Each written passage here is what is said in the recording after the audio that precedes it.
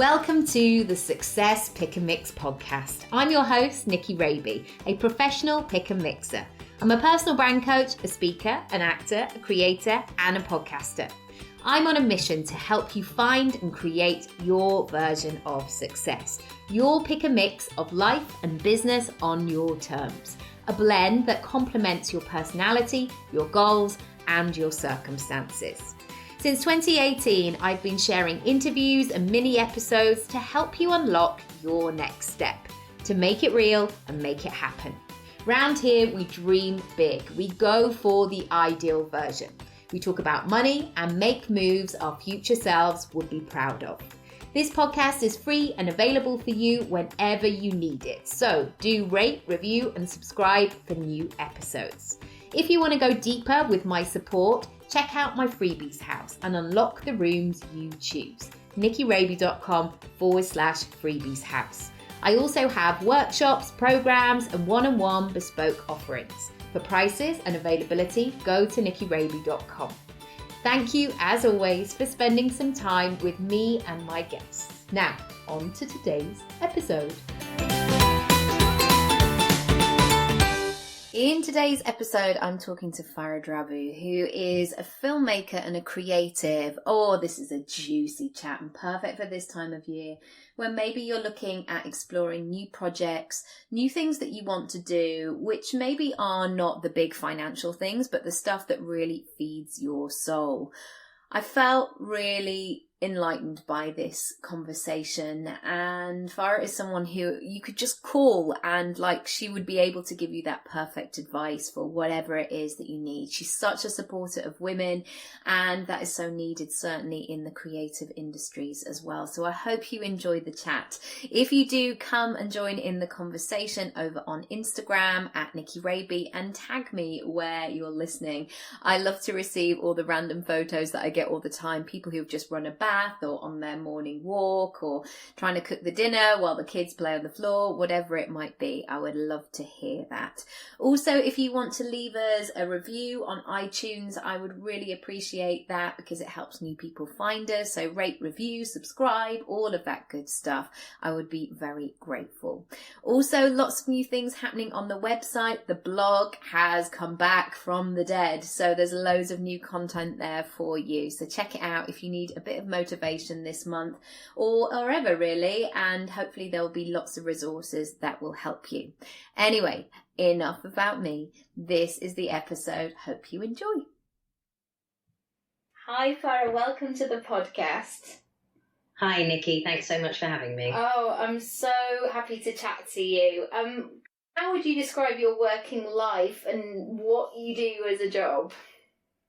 In essence, I would describe my job as a filmmaker, but that's made up of different parts of filmmaking. So I've directed TV ads and cinema ads, and I've produced music videos. But predominantly, I generally would say I spend a lot more time editing and also overseeing projects to deliver through my company that I run called DNR Films. Oh, how did your creative journey start for you? Did you know that you were going to be creative, or did you just kind of find your crew of creatives and go, these are my people? Yeah, kind of. I did actually feel like I did find my people in the end, but I didn't know that I would be creative at the beginning. I come from quite a traditional background where my family encouraged me to do something where I could be financially stable.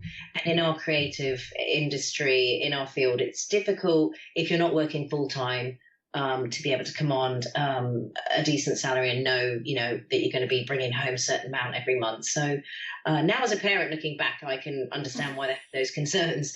So and that's why already I'm signing Oscar up for, do you want to go around and look at Oxford? What do you want to do? Because it's terrifying now when you sort of see what they went through, go, what is she doing? Yeah, totally. So it's kind of like, I thought I was going to be an accountant. I did maths as a degree at UCL because I did really well at maths A level, and I always loved maths at school. But I kind of fell into what I'm doing because while studying maths at UCL, I made a documentary at the university television station. It was about pirate radio. and the documentary is called Frequency. And I made that. We entered it into the National Student Television Awards, and it won in the music category. So that for me, I took as a sign that as much as I enjoyed maths at school, I didn't really enjoy it at university. The thing I enjoyed at university was that documentary, and winning that award was almost like a sign from the universe to follow that that skill that's been highlighted during that time. So beyond that, I basically, once I finished university, I went to different TV companies giving my CV out. Just went to Soho and, with nothing much to lose really, just a CV, and handed it out and managed to hustle myself up a job as a runner. And it kind of started from there, Nikki. Yeah, it's so lovely to hear you saying that way, because definitely for me as an actor as well, it has been that organic process of you meet somebody and then something happens, but basically you have to just keep showing up and being in the room. What would you say has really helped you to build on the career that you've created the whole time? That's a very good question. What has helped me? My tenacity, I think. My tenacity and determination has helped me. It's not the easiest path, because I'm combining the work with being a parent, and I'm combining the work with being a parent whose career isn't always on the top of the list, because there are different priorities and choices you have to make, I guess. And so staying positive and determined, and still trying to focus on those goals that they change as you get older, but just trying to stay focused and productive and positive. I think using your energy in the right way is something that I didn't really harness. I just thought, I'll just keep going and all the rest of it. But sometimes those reflective moments of taking a step back, or sometimes I'll take Oscar to the park, and that's when I'll get all my great creative ideas. And he's dangling on a slide, and I'm thinking, I've got to write this down because it's all happening. And when you became a parent, did it change the kind of material that you wanted to create, or what you wanted to be part of? Did you have a different version of the world that you wanted to document? Definitely. So I've always been very, very interested in the marginalised and the underdog, and parts of society we don't always hear about. I made a documentary over 10 years ago called I'm a Muslim, Get Me Out of Here. So that was kind of where I was at before I had kids, feeling like a bit of an outsider, generalised with a bunch of people that I don't generally associate with. So as a parent, that feeling kind of transferred to parenthood, where again, I'm in this big group of people that I don't always necessarily agree with or always feel comfortable being associated with. Yeah, right. And also just finding my way, just trying to get the kids ready and get the clothes on was hard enough. I felt like I could definitely, feel that as a parent. And I think definitely my mindset was always feeling like, as even just as a Muslim being put in a box. So as a parent, I felt creatively, it was actually a similar feeling I felt, but just in a different role. Yeah. And when you're in that fast lane of your life, I had this conversation a little while ago with a friend that sometimes when an older generation retire, they're at that point where they can get on any single bus or train that day. They can just wait on the platform, have a coffee. But when you first become a parent, or if you're in that disco place of your career, you're just like, get on the train, keep going, keep moving forward, and it can be hard to stop and take stock sometimes as well. But you work with your husband. How has that been, and what lessons has it taught you apart from deep breathing, I'm sure, at some points? The dream really is for us to work together. We set up the company DNR Films over 15 years ago. 2002 we set it up because we basically fell in love making a documentary together. It's a feature-length documentary that we made independently. We were both, it was when I was a runner and I was getting paid pretty much close, if not under the minimum wage, and quite disillusioned about the industry, working in a kitchen after doing a maths degree, and working in that kitchen for nearly 2 years, to try to get into the industry, so that was quite difficult. So we met and we decided that we would take some paid holiday and take our cameras and go around the country, and film rappers, because both of us loved hip hop. And we were quite interested in the fact that hip hop is the biggest selling genre of music in the world. But in the UK, rappers, I mean, it wasn't very popular. UK rappers were not very popular. So we wanted to shed some light on this. Again, the theme that kind of always creeps up in my work in terms of covering these parts of society that perhaps, are a little bit marginalized or just misinterpreted as, perhaps troublemakers, or just, maybe perhaps people with no talent. What we completely disagreed with that. And we thought these guys are incredible for being true to the lives that they lead. So rapping in English accents, all different types of colours, so really diverse. We went around like Bristol, Manchester. We didn't go around the whole country, but we tried to create an honest portrait of the hip hop scene back in 2003, I think it was. So we made a 45-minute documentary together. And, I love working with my husband. He's just a total inspiration. And I don't feel like it's working with my husband, because I kind of feel like he's my best friend. Yeah. And I have massive respect for his wisdom and his approach to filmmaking in general, because he knows so much and he always relates back to that knowledge to create. And I find that that's the best way to do stuff, So actually, I absolutely love it. That's the dream. I hope we can work together more in the future. It's an absolute joy, and it's a blessing to be married to him. That's so lovely to say. And also that subtext of knowing, I mean, I feel like that with Matt, sometimes you can be at a party or in a situation and you only have to look and there's a certain look of the way that your eyes move or something, and they fully understand what you need in that moment. And it's so different from, I guess, what we were taught at school about relationships and what those would mean, that it was always, what shoes is he going to buy? How big is the ring going to be? Or what are you going to cook? And actually those subtle moments, especially in long-term relationships as well, that's sometimes, I mean, obviously the bells and whistles and all that kind of stuff is lovely, but that's where the true magic is, when somebody just can get you and sort of go into your soul in that way. Yeah, it's a wonderful thing to be able to create something with somebody you trust so much and that you respect so much, and also to be able to call him partner in crime and husband for life is just an extra present. Don't need no Christmas presents this year, mate. No, exactly. Just to sit down would be lovely, I have to say. How do you get your creative ideas off the ground? So many times I speak to people and clients or just people in the pub or friends of friends, or often have a chat at a wedding, and people have these ideas in the back of their head that maybe one day they would like to write a book or make a film or bring something to life, but there's something in them that doesn't quite move forward on that.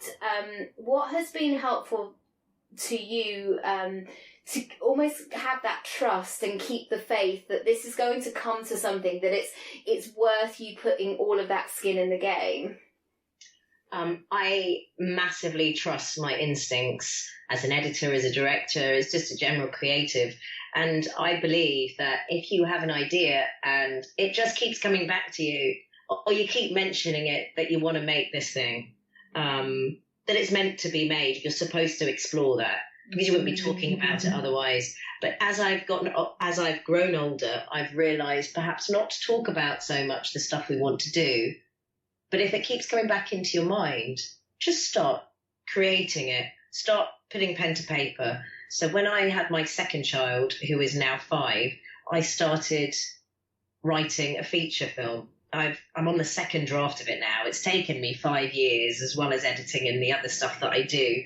But it's an idea that hasn't stopped being attractive in my mind, or something that would be really, really good to make. So that's how I trust what's kind of what my mind or my heart might be telling me. I'm quite instinctive in that sense of, okay, that idea has been coming back to me so many times. I need to invest the time in it. And actually, the main thing beyond that is to focus on getting something finished. Because I think it's very easy to start ideas and get really excited about them, romanticize, and they're going to be like this and that. But unless you actually have something on paper to present to somebody once you've actually mentioned the idea, it's quite difficult to get anything off the ground. So I'm learning more as I get older that doing is definitely outweighs talking about doing. So and I do believe that if you continually have a repeated kind of idea coming back to you, it's there's definitely the universe is telling you that you need to make it, or at least write it down and get even just a pitch document together about it, so that you've got something to sell. Yes, and to be able to articulate it in that moment where sometimes you could meet that person that you're meant to meet, who actually has the key to the door that you're looking to open. I've seen that so often where you go, oh, I know that person who can help you to do this, this and this, but you have to be ready for that opportunity. You have to have done the work, rather than, I had a few people get in touch with me sometimes where they're like, can we just have a coffee? And then they kind of want me to lead it, whereas I'm actually like, no, I want you to have prepared. I want you to maximise this time so you get what you need. And I'm a huge believer of bringing those ideas to life, and that they are meant for you if they keep popping up again and again. How do you work your weekly schedule, if there is such a thing, with your children and being freelance? And what helps you to work your life and your home and have that sort of all the pieces of the pie in place, and to a greater or lesser degree? The biggest help, I have to say, hand on heart, to allow me to have this life is my in-laws. I moved to near where they live. They literally around the corner, and they offered to help me with the kids. So the only way that I can actually maintain this, I could have a nanny or a babysitter or an au pair. I could do that, but I chose to live round the corner from the in-laws, because I believe that family are just so important to the children's development, and I really appreciated the fact that they offered to help, and I wanted to take them up on that, because I think your time will never come again, and the kids learn so much more with them, being with them. So Nicky, my week to week schedule is I never really know what I'm doing from one day to the next, but I love that about my life. It's annoying for other people who might just want to meet up for a cup of tea, because I can kind of never tell them when I'm free. But to be fair, I do love my work, so it's really nice to kind of have that that flexibility to be able to say, oh no, actually I've got to go into work tomorrow and do something. But so every week is different, but generally it's a blessing if I get to work in a week and drop the kids to school. That's a great week, and it has its ups and downs. If I'm not in town working, then I generally focus on writing at home. But I basically there's no day where I'm not working, and I don't include housework in that at all. I don't factor that into working anymore. I used to. It's not good to do that, to try and do all of that stuff. I find it too difficult. Yeah, I agree. And my man has been away on tour for 5 weeks, and I have had a few conversations saying, look, to friends, for example, I can run my business, I can parent and vaguely look after myself, as in, cook some half decent food and exercise a little bit. But the other things are, having a spotless, beautiful house, show home at all times, or having random coffees. There are just stages sometimes where you just can't do all the things, and actually giving into that's okay as well. But as soon as you say it, people go, oh, yeah, I can understand why there isn't that time in the day. Yeah, there really isn't that time in the day. And I guess what I find a lot of the time is when there is that time in the day, you're double booking something else and you go, oh no. So to be fair, to make this business and my career as successful as it is at this current stage, as I've had to basically, cut down on being social in any shape or form, I'm just getting back into regularly exercising. I'm getting my first belt for capoeira this weekend. Yeah. So that's great, but it's taken this long to kind of to get to this point where I can donate some of that time to that sort of stuff as well. As my path is just not very clear cut in front of me, and as much as I try to carve it out, it's always me trying to carve it out. And I find that also, as I've got older, I've realised there's just no point in rushing anything.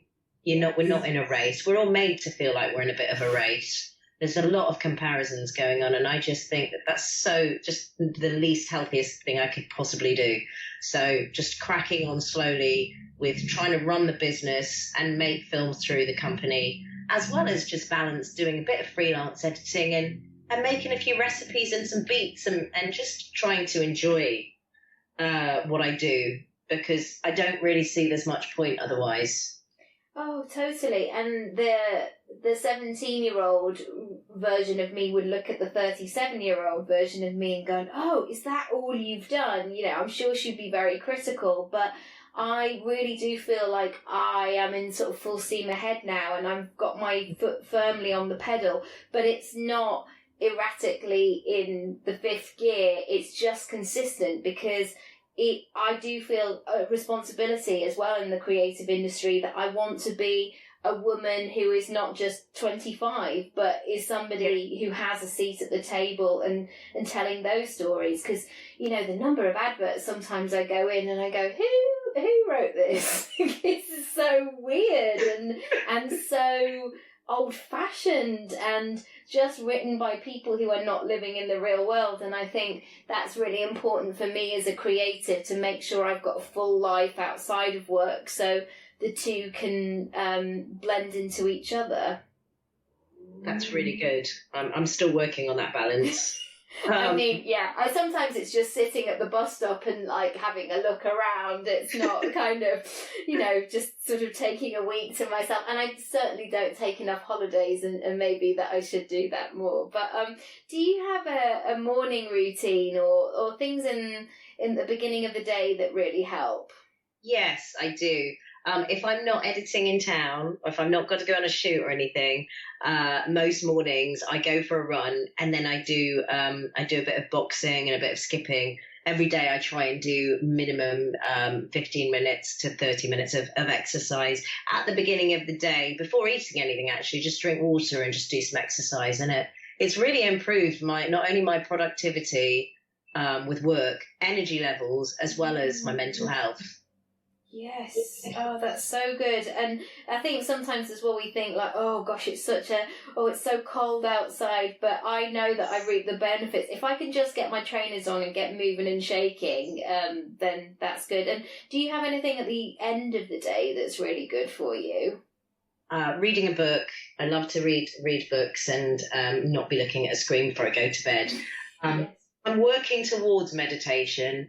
But, beginning of the day exercise and end of the day reading, just, even if it's just a few paragraphs of a book, and even if it's, it's not like a storybook, it's like a self-help book, I like to read. I like to feel the pages of a book before I go to sleep. But the running thing in the morning is the most exciting thing is that you can't get out of the playground quick enough, It's like you just don't need to feel like you need to talk to anyone, because, again, I've never really felt like I fitted in anywhere, which I think a lot of people feel like that. But generally, that really helps me out, because it makes me feel like I'm a winner running out of that playground. Yes, totally. And also, I feel like sometimes that small talk, or those kind of, when people are not particularly nice to each other, or when things get a bit gossipy, it really, I'm, such an empath sometimes, where that kind of energy just really interferes with what I'm doing, so I have to remove myself from it so I can get on with my day. And yeah, having those ready-made excuses like gotta run, gotta exercise, then it helps you stop doing that. Because certainly when you become a parent as well, you get added to all kinds of groups, and there's admin, and do you want to come on this? And I think, Yes. God, blimey, how am I here? How has my 3-year-old got a better social life than I have? I know, totally. I mean, literally, it's organising everything around the kids. But yeah, and it's really nice just to feel like you're investing in your own health every day in the morning. It's a nice present to yourself, because I don't think that we're always taught to do things like that. And it's taken me this long to get to that point. Absolutely. But even if I don't go for a massive run, even if I just run home, for me that's an accomplishment in itself, because it's not what I used to do, and it's great to feel happy exercising. I think I just need to keep working on it, Nicky, because I want to create it as an actual like proper routine. It's only been in the last few months this year that I've started doing that, because I just feel like that's the best way to be in the right mindset. So yeah, I need to just keep going. That's the thing, like you were saying before, consistency is key with everything, I think. Yes. And sometimes we can have these sort of peaks and troughs, and I think my mum always says this sense of like keeping in the middle of the wavy line, so try not to be too below it, and also not in that hysterical like, wow, life is great, when underneath you're thinking, oh my goodness, this feels really tough today. What would you say to your teenage self version of your and sort of what advice would you share? I would probably say to my teenage self to not take things personally. Because I think I spent my first few years really finding it hard not to take it personally when I was training up, because the first part of my career was me struggling to first of all get a job in a kitchen. Then when I sort of I just insisted to these people who I'd given my CV to that I would have to sit on their sofa until somebody had the time to come and see me, because everyone's too busy, washing up cups and stuff. So I just felt from the very beginning of my career, I have had to push quite hard to get anywhere. And it is easy to take things personally when you are working in a certain position and other people are being promoted above you and you're asking for a pay rise and you're not getting one, but you are capable of working at that level, and nobody can see that, or no one's giving you a chance. This is what happened to me. I was working and I learned how to edit from making a feature-length documentary in my own time, outside of the working hours of when I was serving teas and coffees. And I went to the boss of the company, and I'd done some editing for some broadcast clients, because another producer in the company, a lady, saw me working after hours repeatedly and said, "Oh, I didn't realise you could edit. Do you want to do an evening edit with the Discovery Channel?" So I did it, and the client was happy. So I went to the boss of the company and said, "Look, I've done some broadcast work in the evening, and client's happy, and I'd really love to get a pay rise and perhaps be a junior editor." I think I was on about 9.5. Couldn't have been more than 11 grand a year. And basically the response was, nobody knows you here. I'm not going to give you a pay rise because you won't have anyone to work with. Nobody will request you and you'll be sitting on the sofa for most of the month. So I didn't take that personally, but I think I actually I probably did take that quite personally, but I used that to my advantage, and I applied to go to the London Film School where I got a full scholarship to study for my MA. So I think, my life has taken that path, but I found it quite hard dealing with perhaps the not immediate, how do you say it? Kind of like the present, the gift of success doesn't come so quickly, or that kind of sense of fulfillment, or that sense that people appreciate that you're trying to go somewhere. There's not too much nurturing going on in the world of post-production, especially within where I was working, and that was in the heart of Soho. So I found it quite male dominated, and I found it quite difficult to try to get on. Yeah, and people So always sort of tell this sort of story of like, I just asked somebody to give me a chance, but sometimes what they fail to say is, I asked 27 times before somebody actually gave me a chance. And gosh, yeah, proving, I think this is the case with this podcast, that I could have waited for some big mainstream radio show to give me the opportunity, but I wanted to create it for myself. And now actually that I'm having meetings about various things, I don't know how willing I would be to give up this sort of producer role that I have now and to fit into somebody else's version. And that's really addictive, having that autonomy about your own work and your own worth as well. I'd love to touch on that actually. How have you sort of worked on your own worth and negotiating and pitching and putting yourself out there? Well, just trying to think, how have I worked on it?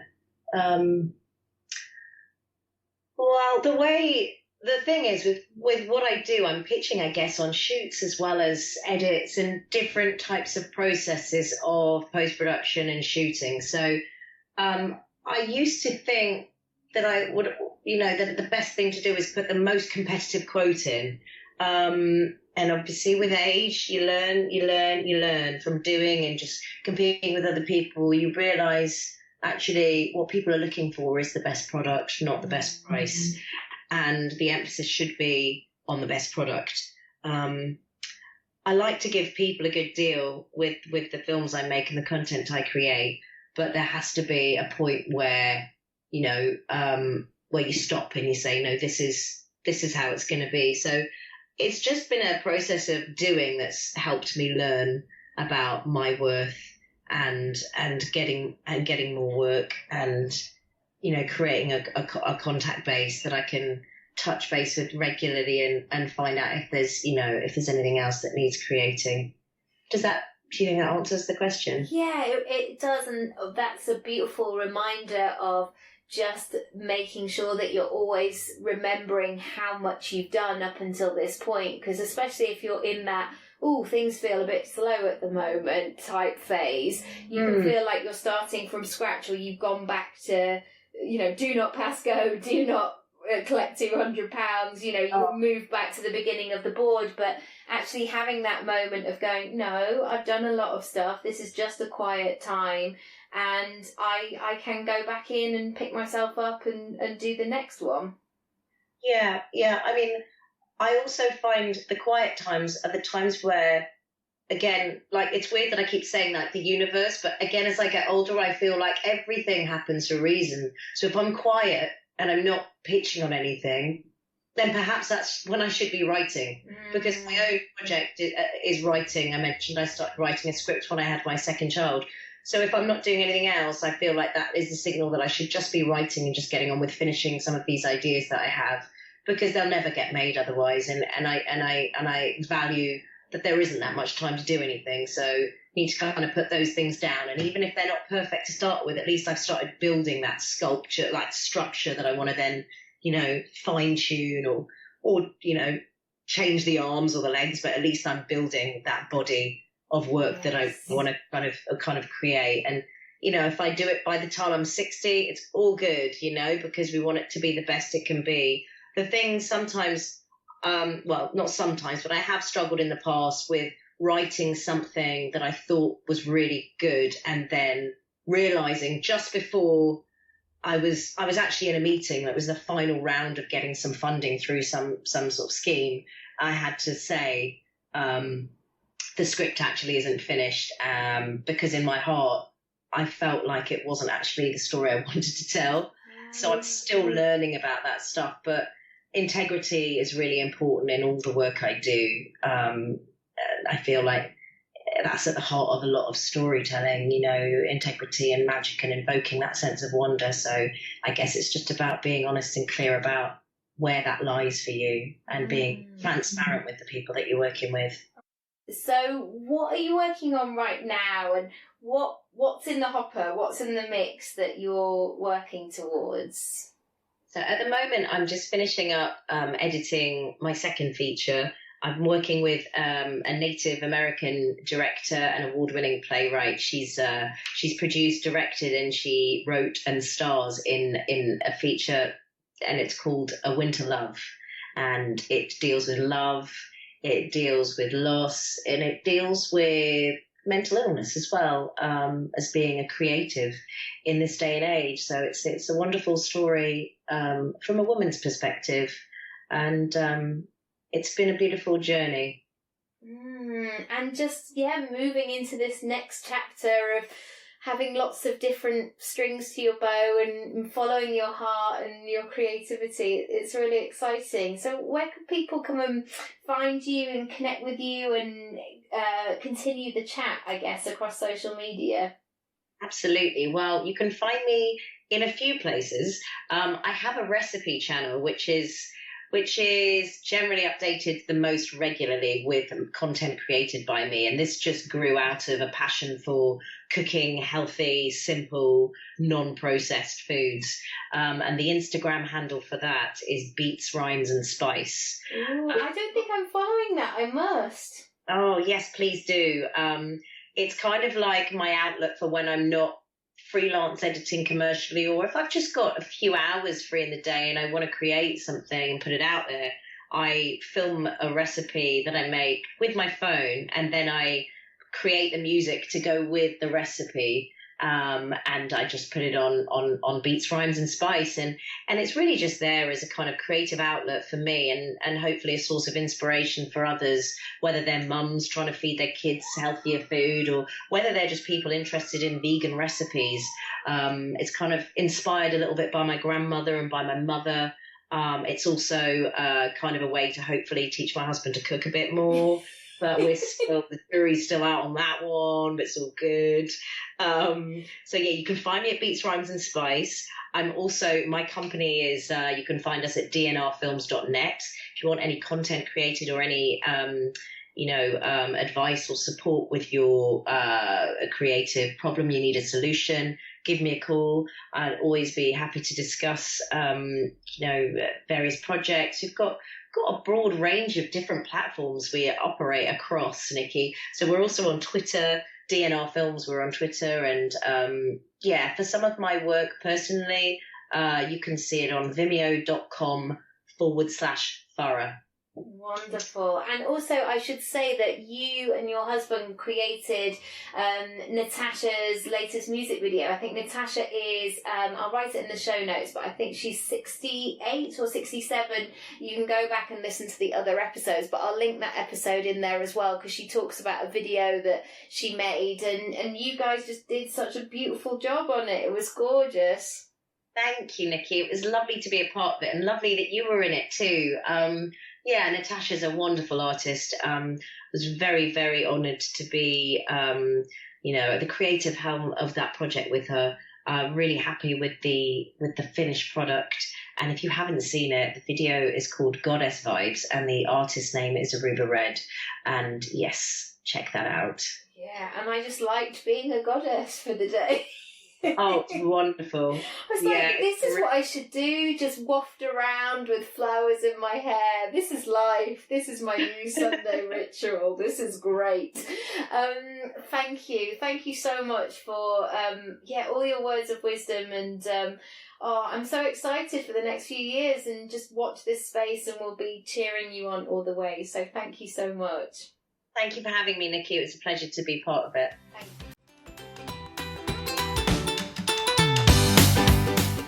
Thanks so much for listening to today's episode. If you haven't already, feel free to rate, review and subscribe for all the brand new episodes.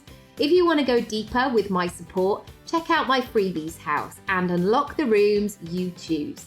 nickyraby.com/freebies house. I also have workshops, programs and one-on-one bespoke offerings. For prices, availability or just to have a chat with me, go to nickyraby.com. Thank you, as always, for spending some time with me and my guests, and I'll see you next time.